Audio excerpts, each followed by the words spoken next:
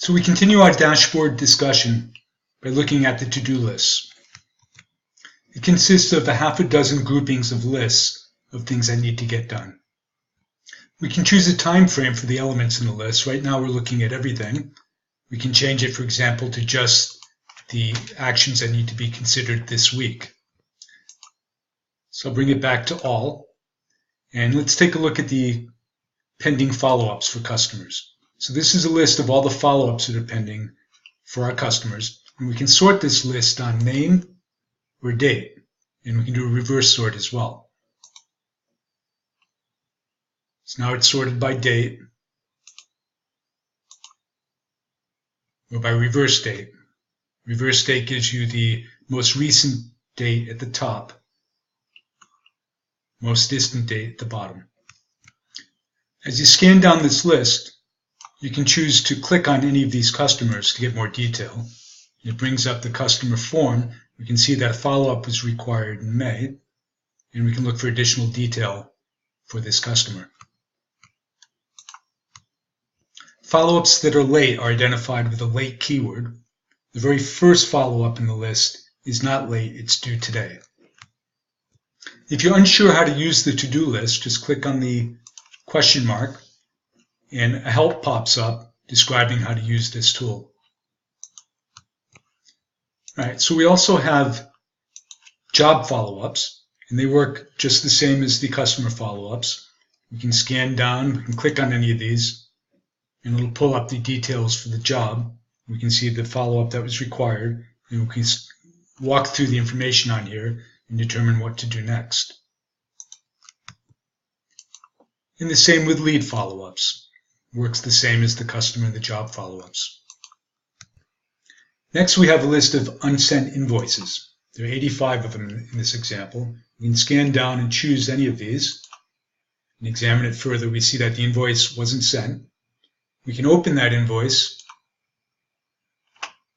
and send it now. So you go to print mode and email invoice.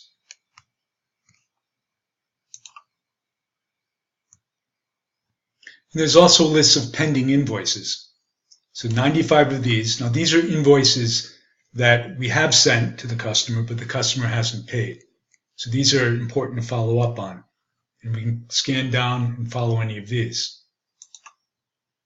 You see that this invoice is pending, and we can follow up, maybe text or email the customer to see what's going on. And finally, we have a list of pending quotes. This works much like the pending invoices. You see that we have 7 quotes pending. So these are quotes that we've given to our customers, but they have not yet responded. To learn more, we can click on any of these and see what the status of that quote is. You can see that it was sent in August, and should have been responded to by September 9th and hasn't been.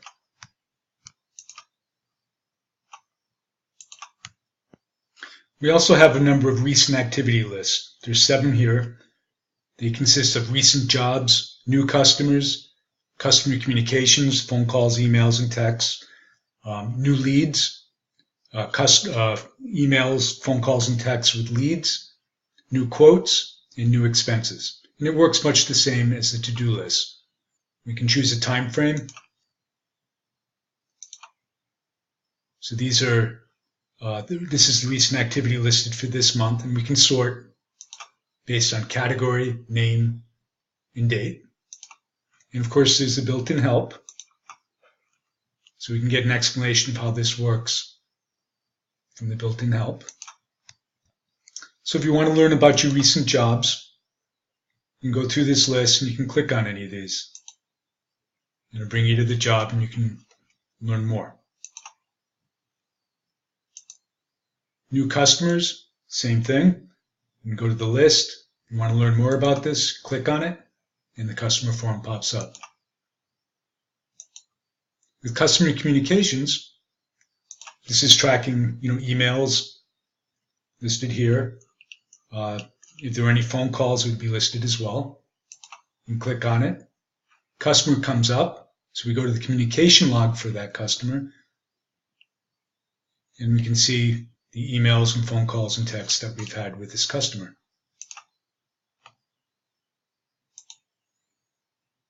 So new leads, lead communication works much as the customer and customer communications did. We have one new quote, and we can visit that quote. And no new expenses for this period. So consult these lists, consult them often, even on a daily basis. They're a great way to track everything in your business and to make sure that nothing falls through the cracks.